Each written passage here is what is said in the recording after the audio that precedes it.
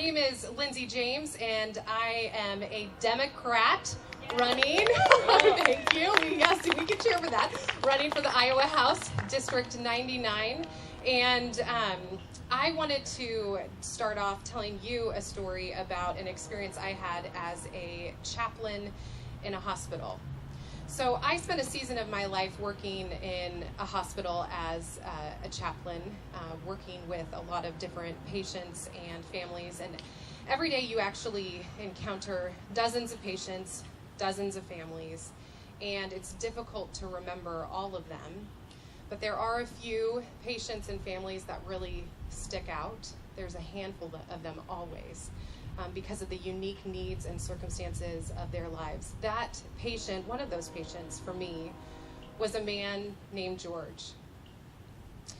Now I met George when he was lying in his bed in the ICU, strapped down by his IV and his oxygen, looking very pale and weak. And he didn't have the energy at that moment to have a conversation with me, but his wife did. And so I got to learn a little bit about George's story from his wife. Now, he had been married for 45 years. They had kids and a beautiful life. And at 65 years old, he had one piece of the story I can't fail to mention. He had some chronic issues always in his life, dealing with those.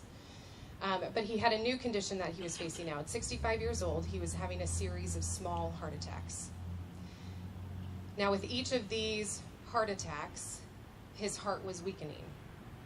And doctors said that eventually these small heart attacks would lead to one massive heart attack that would take his life. Now, George's condition was treatable with a common procedure. But he was actually refusing treatment. Why? When I asked his wife this question, she told me another story. George was born and raised in New Orleans.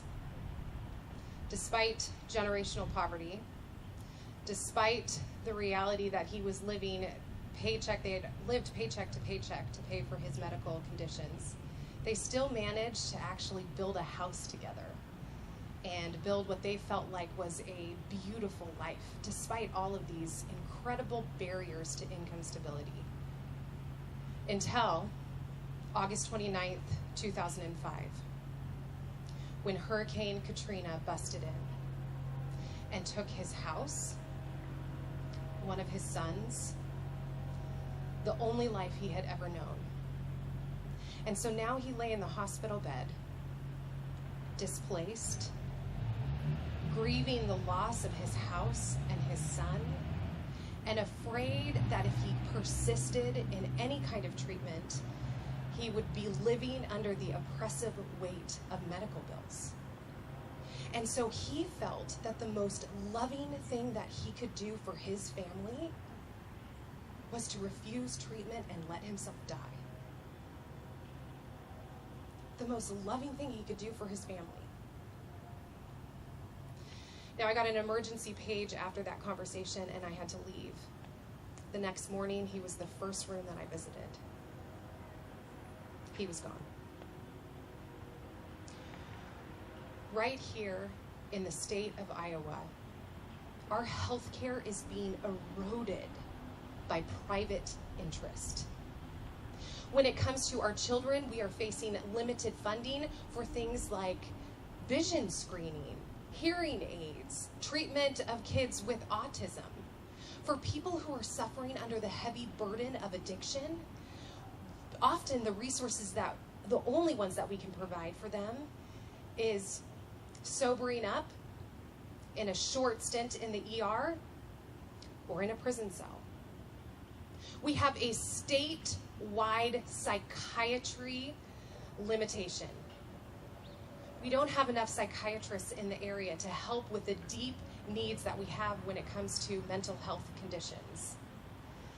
If our private market, if it crashes, the individual market crashes here in Iowa, the TH just reported that 72,000 people will lose coverage in 2018, which is going to result in 11,000 kids who are going to go uninsured. Now, when I think about healthcare, for me, it is not a partisan issue. Cancer does not know whether you vote Republican or Democrat. Addiction, depression, anxiety doesn't know whether you're a Hillary supporter or a Bernie supporter.